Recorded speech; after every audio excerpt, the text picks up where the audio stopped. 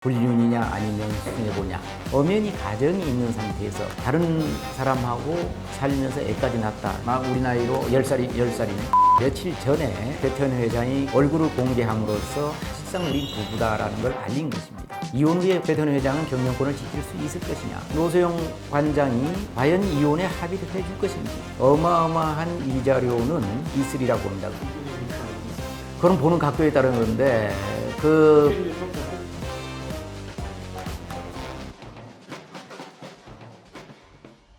얼마 전 SK 최태원 회장이 워컬 호텔에서 소셜 밸류 커넥트라는 아주 이색적인 행사가 있었습니다. 이때 최 회장이 누구를 대동했느냐? 바로 현재 사실혼 관계에 있는 이 김희영 씨를 대동해서 최초로 언론에 공개하는 자리였습니다.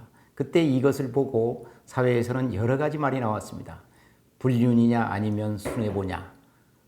그래서 오늘 제가 얘기하고자 하는 것은 재벌 총수들이 이혼과 결혼, 그리고 이러한 혼외 자식이 있을 때 어떻게 했는지, 또 그 기업들이 어떻게 발전됐는지, 어쩌면 또 패망한 데도 있고, 그래서 그런 얘기를 나누고자 합니다. 최태원 회장이 사실 혼외자가 있다는 것은 7, 8년 전에 나왔습니다. 그리고 어떤 중앙일간지에서 최태원 회장 이혼한다라는 일면 톱 기사가 나왔습니다. 어느 정도 확인한 기자도 있었지만 당시에 홍보실에서 그런 일이 절대 없다고 해서 넘어갔습니다. 그리고 한참 있다가 2015년 12월에 세계일보에서 최태원 회장 고백이라는 편지 형식의 기사가 났습니다. 어떤 기사가 나느냐. 좋은 사람을 만났고 또 노소영 씨와 관계에 금이 갔다. 상당히 오랫동안 별거를 해왔었다라는 얘기를 고백 형식의 편지였습니다. 저는 상당히 오랫동안 그 부분에서 취재를 했었습니다. 사실 최 회장이 혼외자가 있다는 것도 일찍이 알았었고 그러면서 이게 언제 오픈될 것인가에 대해서 관심을 가졌다가 본인이 직접 편지 형식으로 오픈을 하면서 세상에 알려지게 됐습니다. 사실 최태원 회장의 결혼은 결혼 당시부터 숱한 화제를 일으켰었습니다. 1988년 노태우 대통령, 노소영 아버지인 노태우 대통령 시절이었고 최태원 아버지는 최종현 회장, 당시 전경련 회장이었습니다. 그래서 최고의 권력자와 최대의 재벌 총수 간 자제가 결혼한다 그래서 정략 결혼이 아니느냐 하는 한 가지 얘기도 있었고 그 후 두 부부는 잘 사는 것처럼 바깥에는 비춰졌습니다. 또 최종현 회장이 암으로 일찍 돌아가시면서 38살 나이에 최태원 회장이 회장으로 등극을 합니다. 그때까지도 그렇게 큰 문제는 없는 것처럼 비춰졌습니다. 그러나 최태원 회장이 고백이라는 그 편지를 보면 이미 자기는 10여 년 전서부터 별거 10여 년 전서부터 상당히 그 성격 차이로 좋은 관계가 아니었다라고 고백한 적이 있습니다. 그런 과정에 2008년 사실혼 관계에 있는 김미영 씨를 만났다고 그랬습니다. 그래서 얼마 전에 며칠 전에 최태원 회장이 그 김미영 씨를 직접 오픈함으로써 얼굴을 공개함으로써 세상에 우리는 사실상 우린 부부다라는 걸 알린 것입니다. 이것을 놓고 왜 그렇게까지 무리수 뒀느냐. 그럼 앞으로 최태원 회장은 지금 현재 이혼 소송 중인데 어떻게 정리를 할 것인가 이런 부분에 되게 많은 관심을 갖고 있습니다.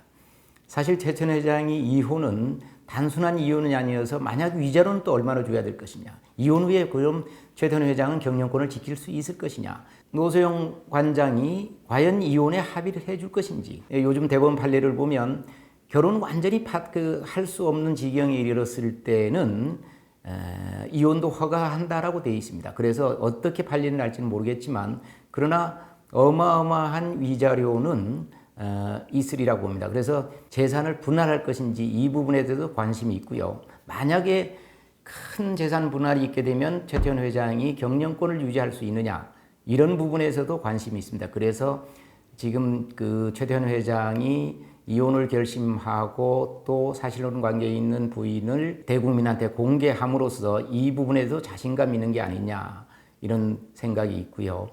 재산 분할을 하면 얼마를 할 것이냐라는 이런 거에 대해서는 얼마 전에 삼성가의 이부진 그 호텔 지라 사장하고 임무재 씨와 이혼해서 그 위자료 청구 소송, 재날 분할 소송에 재미난 판례가 나왔습니다. 물론 1심 선고지만 1조 2천억 정도의 이부진 사장 재산의 0.4%인 86억만 그 부분에서만 재산 분할을 하도록 한다라는 그 1심 판결이 나왔습니다. 그렇기 때문에 최태원 회장이 지금 현재 재산은 4조 원에서 4조 5천억 정도로 추산되는데, 그럼 여기에서 그 어떻게 분할할 것이냐는 법원 판단이 있겠지만 상당히 복잡한 한 수가 있을 거라고 봅니다.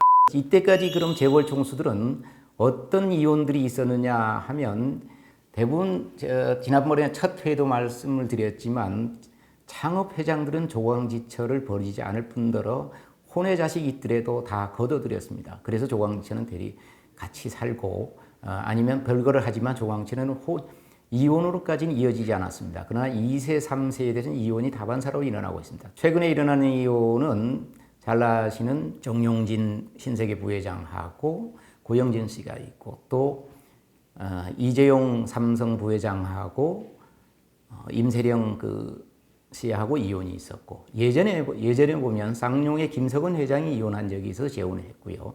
또 동아그룹의 최원석 회장이 이혼해서 또 세 번째 부인하고도 재혼한 적이 있고, 또 지금 현재는 동아제약의 강신호 회장이 사실혼 관계로 오랫동안 있었던 부인하고 원래 본부인하고 이혼하고 몇 년 전에 결혼을 정식으로 혼인신고를 한 사례가 있습니다. 그래서 그 재벌가에서는 요즘 창업회장은 대부분 안 하지만 2, 3세들은 자연스럽게 이혼해가는 것에서 막을 수 없는 트렌드라고 생각하고 있습니다. 어쩌면 최태원 회장은 2세이면서 메이저그룹 총수가 또 상당히 오픈된 사실혼 관계에 있는 부인을 등장시키면서 이혼을 하고자 하음으로써 이게 또 어떤 사회적 파장을 일으킬 것인지, 자식들은 어떻게 그럼 그 집안에서는 어떻게 경영권이 이어질 것인지에도 관심이 많습니다.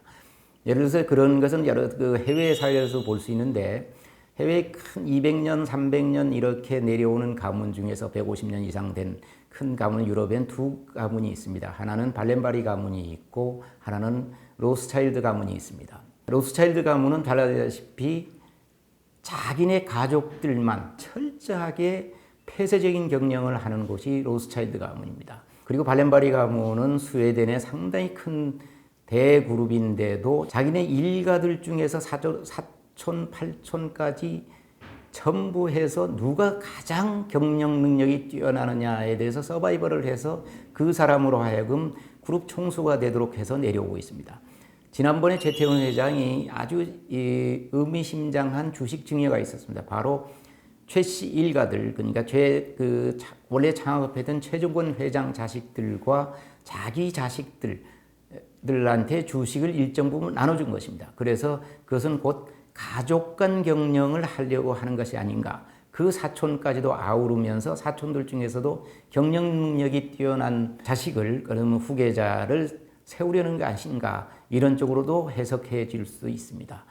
지금 현재 진행되고 있는 최태원 회장이 아직은 이혼을 못했기 때문에 왜 이 시점에서 김미영 씨를 대언론에 공개를 했는가라는 건 두 가지로 해석할 수 있습니다. 하나는 노소영 관장한테 내가 이러니 제발 이혼해 주소 하는 그런 압박이 있는 것이고, 또 하나는 지금 사실혼 관계에 있는 김미영 씨한테 내가 이렇게 노력을 하고 있으니 좀 참아달라, 이러한 그 대외적인 메시지가 있다고 저는 해석하고 있습니다.